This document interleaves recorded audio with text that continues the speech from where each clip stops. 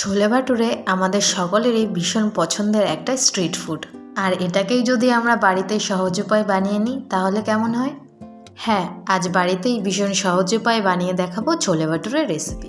নমস্কার, আমি অর্পিতা। আপনারা দেখছেন আমার channel spicy food by Arpita. প্রথমেই আমি ছোলাটাকে ভিজিয়ে নিচ্ছি। আমি এখানে 100 গ্রাম ছোলা নিয়েছি, তার মধ্যে পরিমাণ মতো গরম জল দিয়ে 1 ঘন্টার জন্য ছোলাটাকে ভিজিয়ে রাখবো। এবার আমি ময়দাটা মেখে নেব। তার জন্য একটা বাটিতে 1 কাপ ময়দা নিচ্ছি 2 চামচ সুজি, হাফ চামচ নুন আর 1/4 চামচ বেকিং পাউডার। শুকনো উপকরণগুলো ভালোভাবে মিশিয়ে নিতে হবে। এরপর এর মধ্যে দিচ্ছি 2 চামচ টক দই। আপনারা এখানে অতিরিক্ত দই ব্যবহার করবেন না, কারণ জল দেওয়ার পর তাহলে ময়দাটা আপনারা হ্যান্ডেল করতে পারবেন না। ময়দার সাথে আমি দইটা ভালোভাবে মেখে নেব। মাখা হয়ে গেলে এখানে আমি পরিমাণ মতো জল দেব।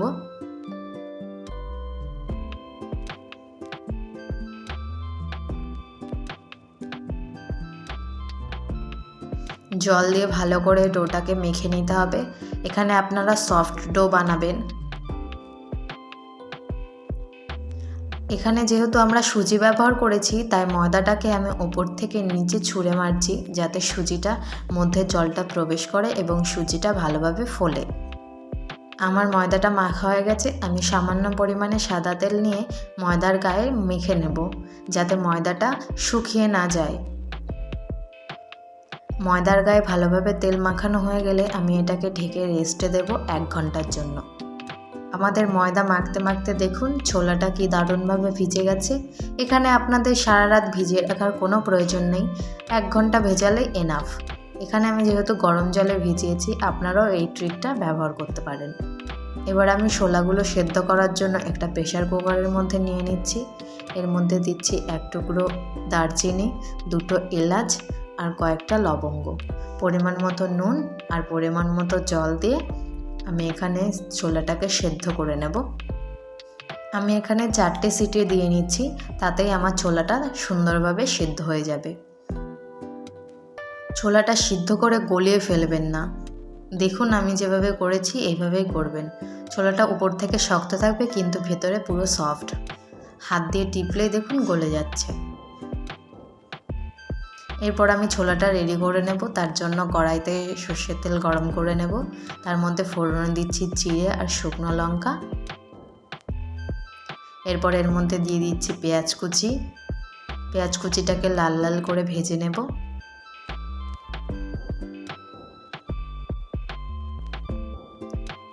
লাল করে ভাজা হয়ে গেলে দিয়ে দেবো টমেটো কুচি। টমেটোটা নরম হওয়া পর্যন্ত আমাদের ভেজে নিতে হবে ভালো করে। এরপর এর মধ্যে দিচ্ছি আদা রসুনের পেস্ট। আদা রসুন আর টমেটোর কাঁচা গন্ধটা যাওয়া পর্যন্ত আমাদের ভালোভাবে কষিয়ে নিতে হবে। এরপর আমি শুকনো উপকরণগুলো অ্যাড করছি। দিচ্ছি লবণ, হলুদ গুঁড়ো, জিরে গুঁড়ো। এরপর ভালোভাবে কষিয়ে নিয়ে দিয়ে দেবো কাশ্মীরি লঙ্কার গুঁড়ো।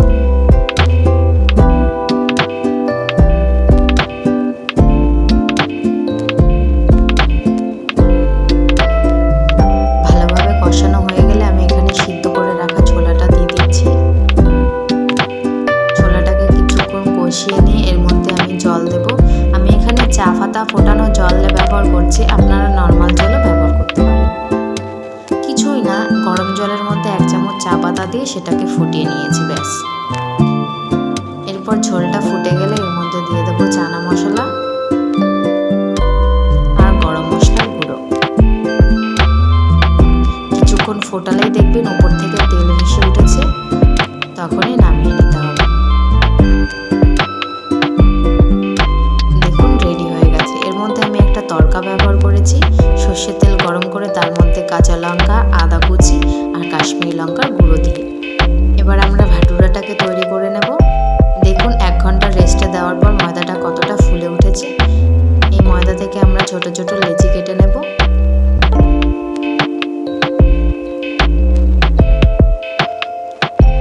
এবার একটা